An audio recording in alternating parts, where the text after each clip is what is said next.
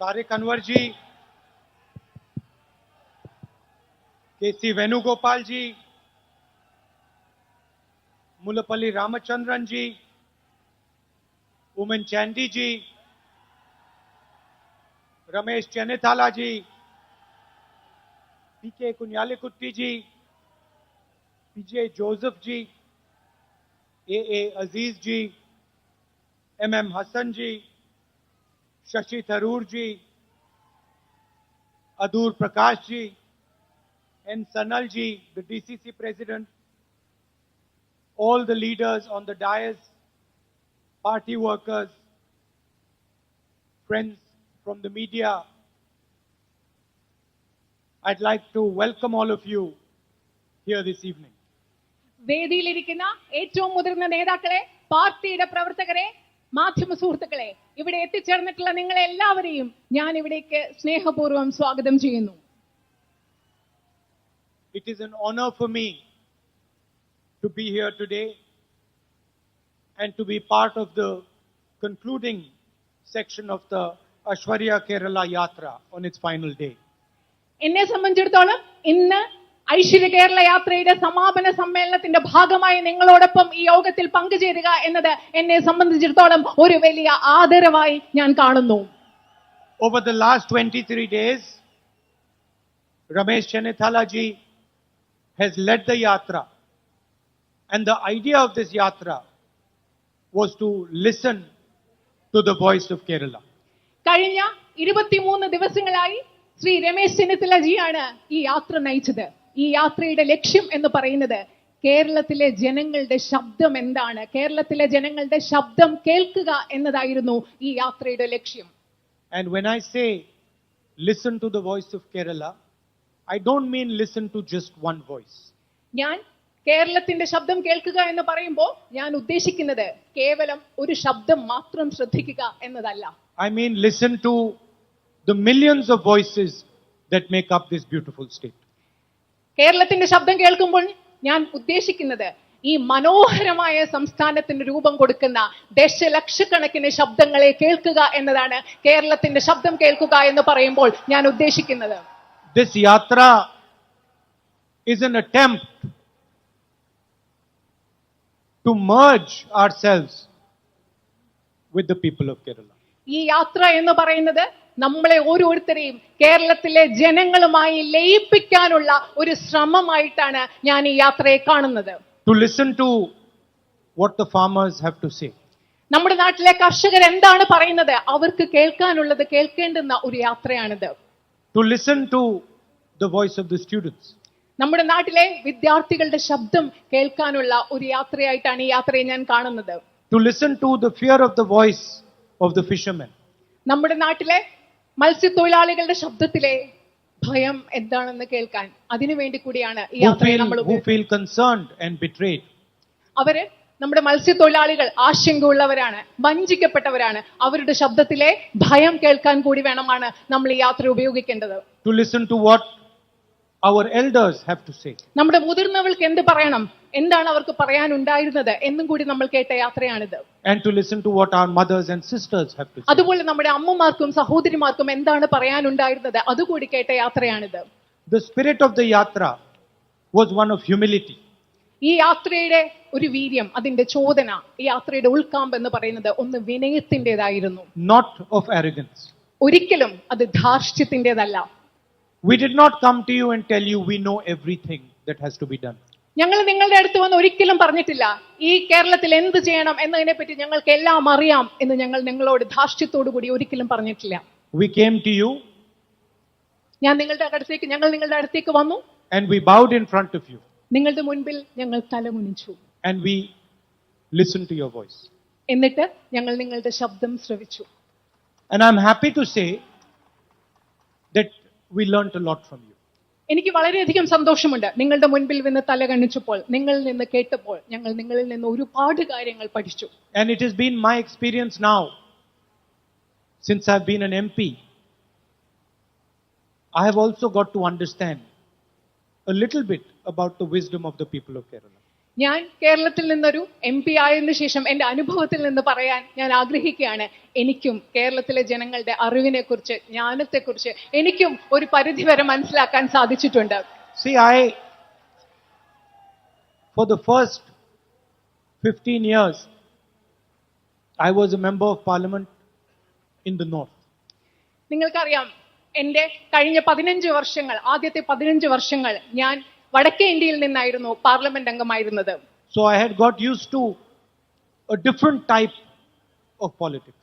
ഞാൻ അതുകൊണ്ട് വളരെ വ്യത്യസ്തമായ രീതിയിലുള്ള ഒരു രാഷ്ട്രീയമായിരുന്നു ആ കാലഘട്ടത്തിൽ ശീലിച്ചിരുന്നത്. And for me, coming to Kerala was very refreshing. എന്നെ സംബന്ധിച്ചിടത്തോളം ആ 15 വർഷം രാഷ്ട്രീയം ശീലിച്ച ശേഷം കേരളത്തിലേക്ക് വരുന്നത് ഒരു പുത്തൻ ഉണർവ് നൽകുന്ന അനുഭവമായിരുന്നു. Because suddenly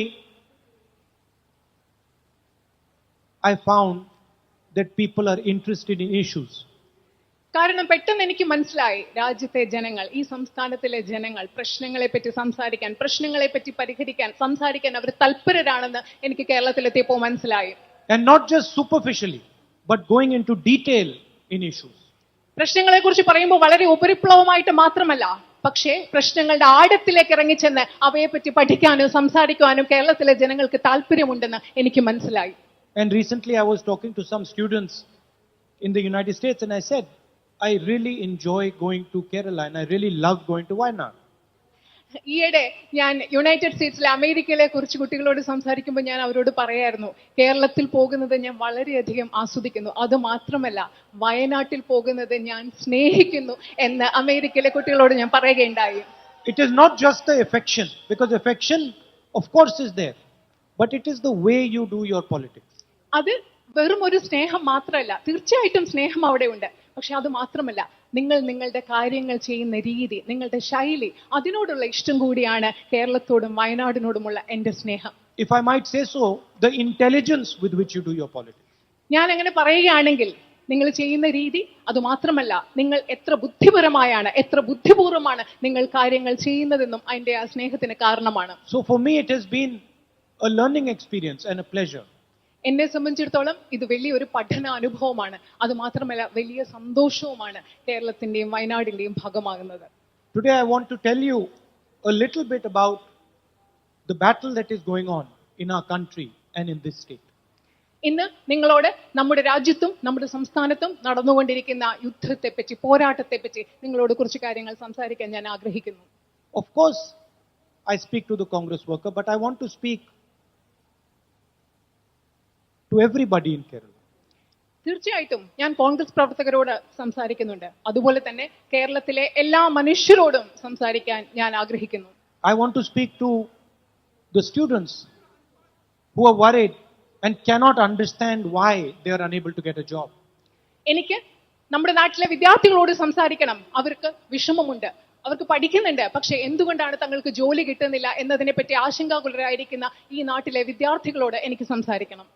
To the students who are wondering why they have to protest in front of the legislator. എനിക്ക് കേരളത്തിലെ വിദ്യാർത്ഥികളോട് സംസാരിക്കണം. അവർ ആശങ്കാകുലരായിരിക്കുകയാണ്, എന്തുകൊണ്ട് ഞങ്ങൾക്ക് ഈ സെക്രട്ടേറിയറ്റിന് മുൻപിൽ, നിയമസഭയ്ക്ക് മുൻപിൽ സമരം ചെയ്യണമെന്ന് ആലോചിക്കുന്ന കേരളത്തിലെ വിദ്യാർത്ഥികളോട് എനിക്ക് സംസാരിക്കണം. Also to the fishermen who, when they leave in the morning, suddenly read in the newspaper that their government is working to destroy their livelihood. അത് മാത്രമല്ല, എനിക്ക് കേരളത്തിലെ മത്സ്യത്തൊഴിലാളികളോട് സംസാരിക്കണം. രാവിലെ കടലിലേക്ക് ഇറങ്ങുമ്പോൾ അതിനുശേഷം പിന്നീട് എത്തുമ്പോൾ അവർ പത്രത്തിൽ വായിക്കുകയാണ്, അവരുടെ ഗവൺമെന്റ്, അവരുടെ സംസ്ഥാന ഗവൺമെന്റ് അവരുടെ ഉപജീവന മാർഗം ഇല്ലാതാക്കാൻ വേണ്ടി ശ്രമിക്കുകയാണെന്ന് മനസ്സിലാക്കുന്ന കേരളത്തിലെ മത്സ്യത്തൊഴിലാളികളോടും എനിക്ക് സംസാരിക്കണം. Instead of helping them, അവരെ സഹായിക്കുന്നതിന് പകരം അവരുടെ ഉപജീവന മാർഗം ഇല്ലാതാക്കാൻ ശ്രമിക്കുന്ന ഗവൺമെന്റിനെ കുറിച്ച് ആകുലപ്പെടുന്നവരോട് എനിക്ക് സംസാരിക്കണം. Some days ago I made a speech in parliament where I said hum do hamare do. കുറച്ച് ദിവസങ്ങൾക്ക് മുമ്പ് ഞാൻ പാർലമെന്റിൽ ഒരു പ്രസംഗം നടത്തുകയുണ്ടായി. അതിൽ ഞാൻ പറഞ്ഞു, നാം രണ്ട്, നമുക്ക് രണ്ട്. Meaning 4 people are running the national government. അതിന്റെ അർത്ഥം എന്താണെന്ന് പറഞ്ഞാൽ 4 പേരാണ് ഈ രാജ്യത്തെ, ഈ കേന്ദ്ര ഗവൺമെന്റിനെ മുൻപോട്ട് കൊണ്ടുപോകുന്നത്. വെറും 4 പേരാണ്. Brothers and sisters, this country is too great, too big, to be controlled by 4 people. എന്റെ പ്രിയപ്പെട്ട സഹോദരി സഹോദരന്മാരെ, ഇന്ത്യ എന്ന് പറയുന്ന ഈ മഹാരാജ്യം 4 പേര് ഭരിക്കുന്നതിലുപരി 4 പേർക്ക് നിയന്ത്രിക്കുന്നതിലൊക്കെ എത്രയോ ഉപരി വലുതാണ്, മഹത്തരമായ ഒരു രാജ്യമാണ് ഇന്ത്യ എന്ന ഈ രാജ്യം. And if we look towards Delhi, we find that step after step after step that the Prime Minister has taken is designed to weaken the fabric of our country. നിങ്ങൾ ഡൽഹിയിലേക്ക് നോക്കുകയാണെങ്കിൽ നിങ്ങൾക്ക് മനസ്സിലാകും, നമ്മുടെ പ്രധാനമന്ത്രി എടുക്കുന്ന ഓരോ നടപടിയും ഒന്നിനു പുറകെ ഒന്നൊന്നായി ഈ രാജ്യത്തിന്റെ നിർമ്മിതിയെ നശിപ്പിക്കാൻ ഉദ്ദേശിച്ചിട്ടുള്ളതാണെന്ന് നമുക്ക് കൃത്യമായി മനസ്സിലാക്കാൻ സാധിക്കും. Lakhs of crores of rupees are given to the wealthiest people. നമ്മുടെ രാജ്യത്തെ ലക്ഷക്കണക്കിന് കോടിക്കണക്കിന് രൂപ ഈ രാജ്യത്തെ അതിസമ്പന്നരായ ആളുകൾക്കാണ് ഇന്ന് നൽകിക്കൊണ്ടിരിക്കുന്നത്. Every time you read the newspaper, the wealthiest are getting tax breaks. നിങ്ങൾ എപ്പോൾ പത്രം വായിച്ചാലും നിങ്ങൾക്ക് മനസ്സിലാക്കാൻ സാധിക്കും, ഈ രാജ്യത്തിലെ ഏറ്റവും പണമുള്ള ആൾക്കാർക്ക്, അതിസമ്പന്നരായ ആൾക്കാർക്കാണ് നികുതി ഇളവുകൾ കിട്ടിക്കൊണ്ടിരിക്കുന്നത്. They did demonetization, took money from poor people's pockets. Note നിരോധനം എന്നതിലൂടെ നമ്മുടെ രാജ്യത്തിലെ പാവങ്ങളുടെ പോക്കറ്റിൽ നിന്ന് പണം എടുക്കുകയുണ്ടായി. They did a GST, 5 different taxes, 28% tax, again for those same 4 or 5 people. അത് മാത്രമല്ല, നോട്ട് നിരോധനത്തിന് ശേഷം നടപ്പിലാക്കിയ GST, ചരക്ക് സേവന നികുതി 28% നികുതി, അതുപോലെ 5 വ്യത്യസ്തമായ നികുതികൾ, അതിലും നിന്ന് പാവങ്ങളുടെ കയ്യിൽ നിന്ന് പണമെടുത്ത് ഈ 4 ആളുകൾക്ക് വേണ്ടിയാണ് ചരക്ക് സേവന നികുതിയും അവർ നടപ്പിലാക്കിയത്. And then in Corona, when our workers with folded hands asked the Prime Minister for a railway ticket, for a bus ticket, the Prime Minister says no. അത് മാത്രമല്ല, ഈ കൊറോണ കാലത്ത് നമ്മുടെ തൊഴിലാളികൾ, കുടിയേറ്റ തൊഴിലാളികൾ നമ്മുടെ പ്രധാനമന്ത്രിയോട് റെയിൽവേ ടിക്കറ്റിന് വേണ്ടി ചോദിച്ചു, ബസ് ടിക്കറ്റിന് വേണ്ടി ചോദിച്ചു. പക്ഷേ നമ്മുടെ പ്രധാനമന്ത്രി പറഞ്ഞ മറുപടി നോ, ഇല്ല എന്നതായിരുന്നു പ്രധാനമന്ത്രിയുടെ മറുപടി.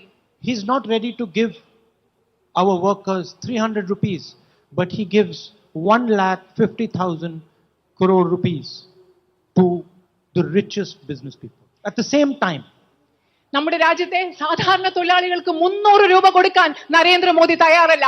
പക്ഷേ ഈ പറയുന്ന അതിസമ്പന്നരായ ആളുകൾക്ക് 1,50,00,000 രൂപയുടെ ഇളവുകൾ നൽകാൻ അതേ സമയം തന്നെ അദ്ദേഹം തയ്യാറാവുകയാണ്. over the last 6 years, the backbone, the job creation backbone of this country has been broken. നിങ്ങൾക്കറിയാം, കഴിഞ്ഞ 6 വർഷങ്ങളായി തൊഴിൽ ഉൽപാദനം നടത്തേണ്ട, രാജ്യത്ത് തൊഴിലുണ്ടാക്കേണ്ട ഈ രാജ്യത്തിന്റെ നട്ടെല്ല് പൂർണ്ണമായി തകർക്കപ്പെട്ടിരിക്കുകയാണ്. Smashed into pieces. അതിനെ കഷ്ണങ്ങളായി നുറുക്കി പൊടിച്ചു കളഞ്ഞിരിക്കുകയാണ്. Who are the people who give India jobs? ആരാണ് ഇന്ത്യക്ക് തൊഴിൽ നൽകുന്ന ആളുകൾ?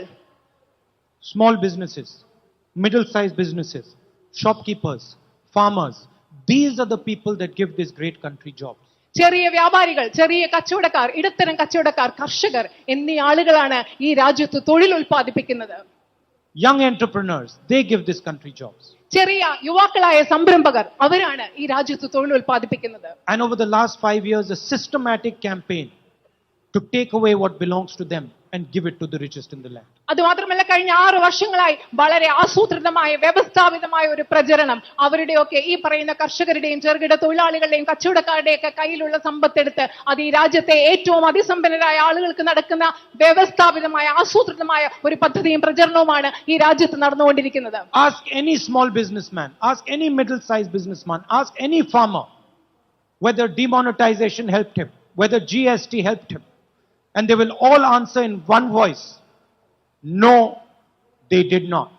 നിങ്ങൾ ഈ നാട്ടിലെ ഏതെങ്കിലും ഒരു ചെറുകിട കച്ചവടക്കാരോട്, ഇടത്തരം കച്ചവടക്കാരനോട്, ഒരു കർഷകനോട് ചോദിക്കുക, നോട്ട് നിരോധനം കൊണ്ട് അവർക്ക് എന്തെങ്കിലും പ്രയോജനം ഉണ്ടായിട്ടുണ്ടോ?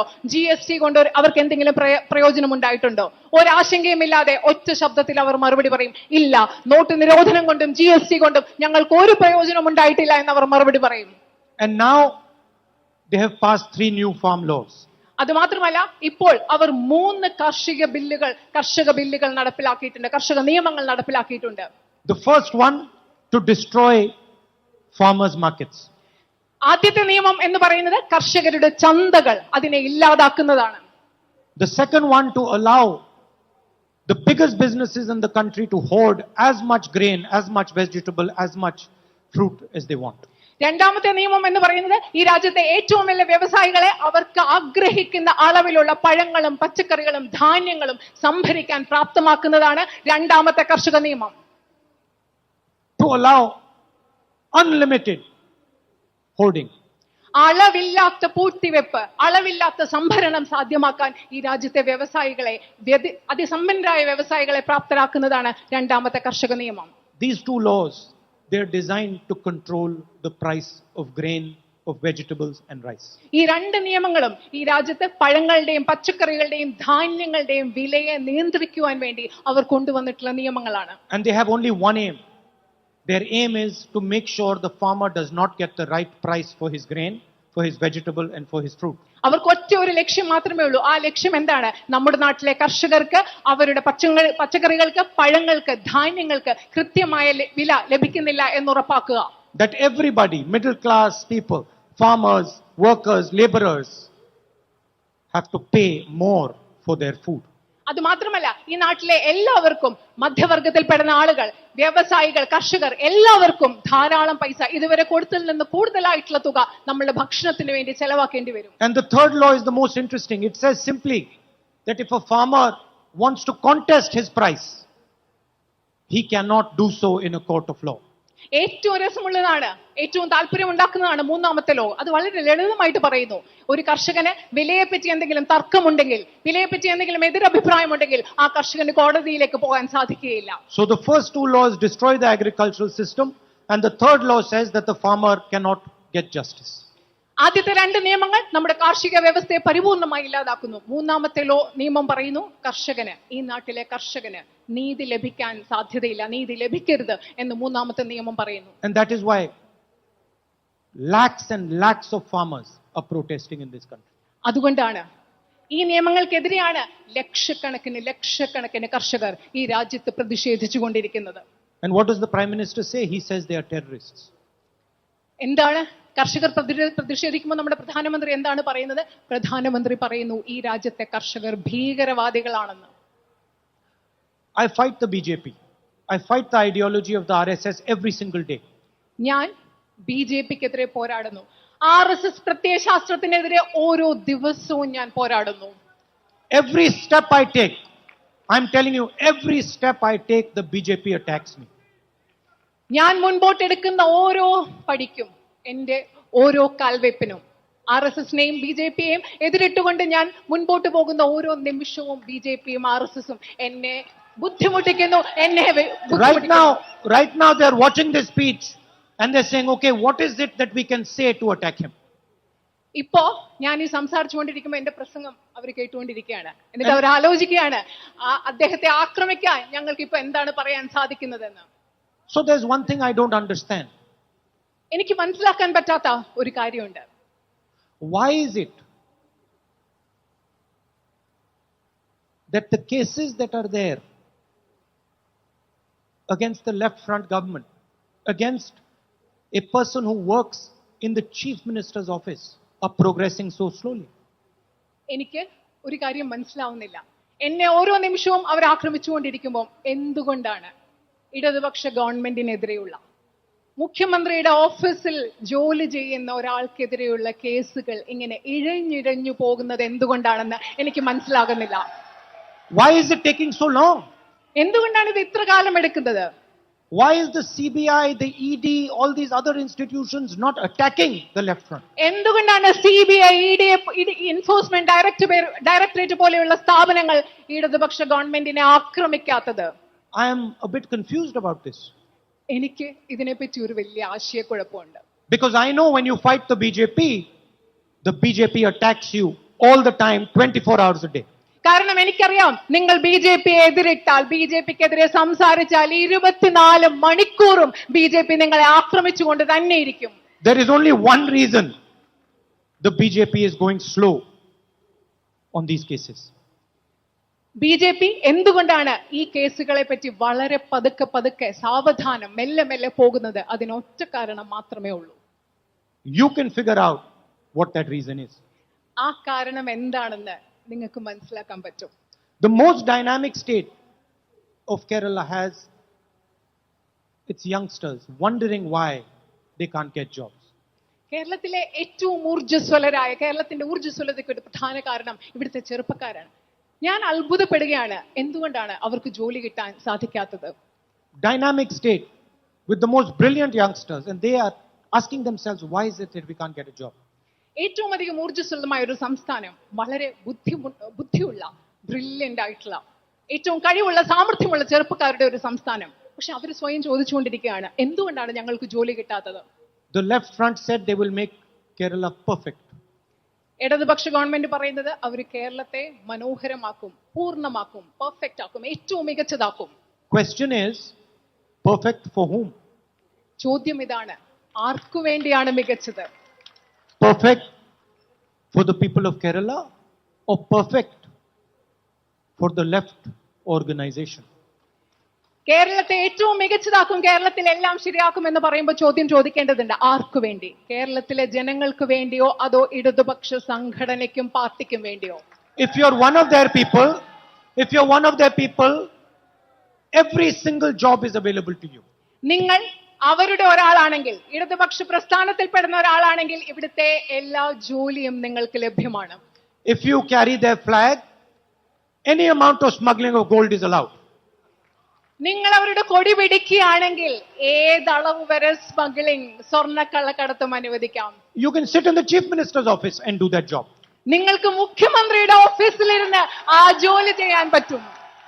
But if you are a young Keralite, then you have to protest and shout and scream to try and get your right.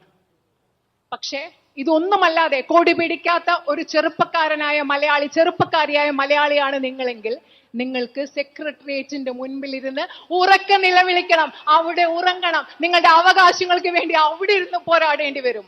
Then there is only one way to fight nepotism. It is called a hunger strike.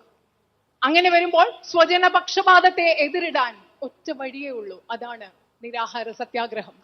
Then the chief minister does not care if you die, he's not going to come and speak to you. നിരാഹാര സത്യാഗ്രഹം കിടക്കുന്നവർ മരിക്കാൻ പോയാലും നമ്മുടെ ഇവിടുത്തെ മുഖ്യമന്ത്രിക്ക് അതിനെപ്പറ്റി യാതൊരു ആകുലതയുമില്ല. അദ്ദേഹം നിങ്ങളോട് വന്ന് സംസാരിക്കാനും പോകുന്നില്ല. Why? Because you're not a left front worker. എന്തുകൊണ്ടാണ്? കാരണം നിരാഹാരം സത്യാഗ്രഹം കിടക്കുന്നവരും മരിക്കാൻ പോകുന്നവരും ഇടതുപക്ഷ സംഘടനകൾ പ്രവർത്തിക്കുന്നവരല്ല എന്ന ഒറ്റ കാരണം കൊണ്ട്. I guarantee you, if those youngsters were left front workers, the chief minister would be sitting there talking to them right now. ഞാൻ നിങ്ങൾക്ക് ഉറപ്പ് തരുന്നു, ഉറപ്പായിട്ട് എനിക്ക് പറയാൻ സാധിക്കും, അവിടെ നിരാഹാരം ഇരിക്കുന്നവർ, സമരം ഇരിക്കുന്നവർ ഇടതുപക്ഷ മുന്നണിയിൽപ്പെട്ടവരായിരുന്നെങ്കിൽ, ഇടതുപക്ഷ രാഷ്ട്രീയ പ്രസ്ഥാനങ്ങളുടെ ഭാഗമായിരുന്നെങ്കിൽ മുഖ്യമന്ത്രി അവിടെ വന്നിരുന്ന് അവരോട് തീർച്ചയായും സംസാരിച്ചിരുന്നിരിക്കും എന്ന് എനിക്ക് ഉറപ്പുണ്ട്. Giving them every single job that they don't deserve. അവർക്ക് അത് മാത്രമല്ല, അവരോട് സംസാരിക്കാൻ മാത്രമല്ല, അവർക്ക് അർഹതയില്ലാത്ത ഓരോ ജോലിയും അദ്ദേഹം കൊടുത്തിരുന്നിരിക്കും. And when the Congress workers and the people of Kerala try to fight non-violently, you beat them and you kill them. അത് മാത്രമല്ല, കേരളത്തിലെ ജനങ്ങൾ, കോൺഗ്രസ് പ്രവർത്തകർ ഇതിനെയൊക്കെ അഹിംസാത്മകമായി അക്രമമില്ലാതെ പോരാടുമ്പോൾ നിങ്ങൾ എന്താ ചെയ്യുന്നത്? നിങ്ങൾ അവരെ മർദ്ദിക്കുന്നു, നിങ്ങൾ അവരെ കൊല്ലുന്നു. Don't worry, there are many Congress workers who will continue to fight you. You can kill as many of us as you want. അത് ഒന്ന് ഓർക്കണം, ഇവിടെ ധാരാളം കോൺഗ്രസ് പ്രവർത്തകരുണ്ടാവും നിങ്ങൾക്കെതിരെ പോരാടാൻ. അവർ ആ പോരാട്ടം തുടർന്നുകൊണ്ട് തന്നെ ഇരിക്കും. We are not scared of your violence. ഞങ്ങൾ ഒരിക്കലും നിങ്ങളുടെ അക്രമത്തെയും ഹിംസയും We are not scared of your methods. നിങ്ങളുടെ രീതി, നിങ്ങളുടെ അക്രമത്തിന്റെ രീതി, അത് ഞങ്ങൾക്ക് അല്പം പോലും പേടിയില്ല. But we will never use them. പക്ഷേ ഞങ്ങൾ ഒരിക്കലും ഈ നിങ്ങളുടെ അക്രമത്തിൻ്റെതായ പാത ഞങ്ങൾ ഉപയോഗിക്കില്ല. So that is the broad situation in the state. അതാണ് ഈ സംസ്ഥാനത്തെ നമ്മൾ വിശദമായി പറയുന്ന ഇവിടുത്തെ ഒരു സാഹചര്യം. അതാണ് we are building a people's manifesto. നമ്മൾ ജനങ്ങളുടേതായ ഒരു പ്രകടന പത്രിക ഉണ്ടാക്കിക്കൊണ്ടിരിക്കുകയാണ്. It is not a UDF manifesto. It is a manifesto of the people of Kerala. അത് UDFന്റെ പ്രകടന പത്രികയല്ല, മറിച്ച് കേരളത്തിലെ ജനങ്ങളുടെ പ്രകടന പത്രികയാണ്. We are meeting thousands and thousands of people, asking them what they want the UDF government to do for them. നമ്മൾ ആയിരക്കണക്കിന് ആളുകളെ കണ്ടുകൊണ്ടിരിക്കുകയാണ്. അവരോട് ചോദിക്കുകയാണ്, UDF ഗവൺമെന്റ് നിങ്ങൾക്ക് വേണ്ടി എന്ത് ചെയ്യണമെന്നാണ് നിങ്ങൾ ആഗ്രഹിക്കുന്നതെന്ന് കേരളത്തിലെ ആയിരക്കണക്കിന് ജനങ്ങളെ കണ്ട് അവരോട് നമ്മൾ ചോദിച്ചുകൊണ്ടിരിക്കുകയാണ്. And you are telling us what you want us to do. അപ്പോൾ നിങ്ങൾ ഞങ്ങളോട് മറുപടി പറയുകയാണ്, ഞങ്ങൾ എന്ത് ചെയ്യണം എന്ന് നിങ്ങൾ എന്ത് ആഗ്രഹിക്കുന്നു അത് നിങ്ങൾ ഞങ്ങളോട് പറയുകയാണ്. In some time you will see the result of this work that we have done. കുറച്ചു കാലത്തിൽ നിങ്ങൾക്ക് ഇതിന്റെ ഒരു പരിണിത ഫലം എന്താണ്, ഇതിന്റെ ഫലം എന്താണെന്ന് മനസ്സിലാക്കാൻ സാധിക്കും. You will have a document that we can all be proud of, and it will contain the voice of the people of Kerala. ഈ പ്രക്രിയയുടെ ഭാഗമായിട്ട് കുറച്ചു കാലം കഴിയുമ്പോൾ നിങ്ങൾക്ക് എല്ലാവർക്കും അഭിമാനിക്കാവുന്ന ഒരു രേഖ, കേരളത്തിന്റെ വികസനത്തിൽ ഊന്നൽ കൊടുത്തിട്ടുള്ള ഒരു പ്രകടന പത്രിക നമുക്കുണ്ടാവും. അത് പ്രതിനിധാനം ചെയ്യുന്നത് കേരളത്തിലെ ജനങ്ങളുടെ ശബ്ദത്തെ ആയിരിക്കും. In that document will be the idea of Nyay, a minimum amount of money that we will guarantee to all our people. ആ പ്രകടന പത്രികയിൽ ന്യായ പദ്ധതി എന്ന് പറയുന്ന ആശയം ഉണ്ടായിരിക്കും. ഈ നാട്ടിലെ ജനങ്ങൾക്ക് ഞങ്ങൾ കൊടുക്കാൻ ആഗ്രഹിക്കുന്ന അടിസ്ഥാന വേതനത്തിനെ പറ്റിയുള്ള ആശയം കൃത്യമായി ആ പ്രകടന പത്രികയിൽ ഉണ്ടാവും. There will be a line that will speak about cashless treatment for our people. അതിലൊരു വരി ഉണ്ടാവും, ക്യാഷ്ലെസ് ട്രീറ്റ്മെന്റ്, പൈസ കൊടുക്കാത്ത ചികിത്സയെ പറ്റി സംസാരിക്കുന്ന ഒരു വരി ആ പ്രകടന പത്രികയിൽ ഉണ്ടാവും. There will be a line that will speak about insurance for everybody. എല്ലാവർക്കും ഇൻഷുറൻസ് എന്ന് പറയുന്ന ഒരു വരി ആ പ്രകടന പത്രികയിൽ ഉണ്ടാവും. And I guarantee you, there will be no line in that manifesto that will say, we will work with people who are trying to destroy the lives of fishermen. ഒരു കാര്യം നിങ്ങൾക്ക് ഉറപ്പ് നൽകാൻ സാധിക്കുന്നു, ആ പ്രകടന പത്രികയിൽ ഒരിക്കലും ഈ നാട്ടിലെ മത്സ്യത്തൊഴിലാളികളുടെ ജീവിതം ഇല്ലാതാക്കാൻ ശ്രമിക്കുന്ന ആളുകളോട് ചേർന്ന് ഞങ്ങൾ പ്രവർത്തിക്കും എന്ന് പറയുന്ന ഒരു വരി ആ പ്രകടന പത്രികയിൽ ഒരിക്കലും ഉണ്ടാവില്ല. There will be no line over there that will say we are going to destroy the lives of the farmers like our prime minister is trying to do. ആ പ്രകടന പത്രികയിൽ ഞങ്ങൾ ഈ നാട്ടിലെ കർഷകരുടെ ജീവിതം നശിപ്പിക്കാൻ പോവുകയാണെന്ന് നമ്മുടെ നാട്ടിലെ പ്രധാനമന്ത്രി പറയുന്നത് പോലെയുള്ള ഒരു വരി ആ പ്രകടന പത്രികയിൽ And there will be ഉണ്ടാവില്ല. no line in our manifesto that will say that everything we do is for our organization. ആ പ്രകടന പത്രികയിൽ ഒരിക്കലും ഒരു വരി ഉണ്ടാവില്ല, ഞങ്ങൾ ചെയ്യുന്നതെല്ലാം ഞങ്ങളുടെ സംഘടനയ്ക്ക് വേണ്ടിയാണ് ചെയ്യുന്നത് എന്ന് പറയുന്ന ഒരു വരി ആ പ്രകടന പത്രികയിൽ ഒരിക്കലും ഉണ്ടാകില്ല എന്ന് ഞാൻ ഉറപ്പ് നൽകുന്നു. And it is going to be our commitment to make sure that what we promise, we do for you. അത് മാത്രമല്ല, ഞങ്ങൾ നിങ്ങൾക്ക് എന്ത് വാഗ്ദാനം നൽകുന്നുവോ അത് ഞങ്ങൾ തീർച്ചയായും നടപ്പിലാക്കിയിരിക്കും എന്ന് കേരളത്തിലെ ജനങ്ങളോടുള്ള പ്രതിബദ്ധത ഞങ്ങൾ പറയുന്ന ഒരു മാനിഫെസ്റ്റോ ആയിരിക്കും, പ്രകടന പത്രികയായിരിക്കും അത്. It is not going to be empty words, it is going to be a guarantee. അത് ഒരിക്കലും പൊള്ളയായ വാക്കുകളും വാഗ്ദാനങ്ങളും ആയിരിക്കില്ല, അത് ഞങ്ങൾ നിങ്ങൾക്ക് നൽകുന്ന ഉറപ്പുകളായിരിക്കും. Finally, I would like to mention one last thing, which is possibly the most important thing. അവസാനമായിട്ട് ഞാൻ നിങ്ങളോട് ഒരു കാര്യം പറയാൻ ആഗ്രഹിക്കുന്നു, ഒരുപക്ഷെ അത് ഏറ്റവും പ്രധാനപ്പെട്ട കാര്യവുമായിരിക്കാം. I spoke about how both the state government and the central government are weakening the common man. ഞാൻ നിങ്ങളോട് പറഞ്ഞു എങ്ങനെയാണ് നമ്മുടെ ഈ കേന്ദ്ര ഗവൺമെന്റും സംസ്ഥാന ഗവൺമെന്റും സാധാരണ മനുഷ്യരെ, നമ്മുടെ നാട്ടിലെ സാധാരണ മനുഷ്യരെ ദുർബലപ്പെടുത്തിക്കൊണ്ടിരിക്കുന്നതെന്ന്. Destroying small and medium businesses, destroying shopkeepers, destroying farmers. നമ്മുടെ ചെറുകിട ഇടത്തരം വ്യവസായങ്ങളെ, നമ്മുടെ കർഷകരെ, നമ്മുടെ കച്ചവടക്കാരെയൊക്കെ എങ്ങനെയാണ് ഈ രണ്ട് ഗവൺമെന്റുകളും ഇല്ലാതാക്കിക്കൊണ്ടിരിക്കുന്നത് എന്ന് ഞാൻ നിങ്ങളോട് പറഞ്ഞു. I want you to ask yourself a simple question. ഞാൻ നിങ്ങളോട് സ്വയം ഒരു ലളിതമായ ചോദ്യം സ്വയം ചോദിക്കാൻ ആവശ്യപ്പെടുകയാണ്. The price of oil internationally is down, is falling. നിങ്ങൾക്കറിയാം, ഇന്ധനവില അന്തർദേശീയ തലത്തിൽ താഴ്ന്നുകൊണ്ടിരിക്കുകയാണ്, കുറവാണ്. But the price of petrol and diesel in India keeps going up. പക്ഷേ ഇന്ത്യയിൽ പെട്രോളിന്റെയും ഡീസലിന്റെയും വില അനുദിനം വർദ്ധിച്ചുകൊണ്ടിരിക്കുന്നു. Thousands and thousands of crores of rupees are being taken from your pockets every single day.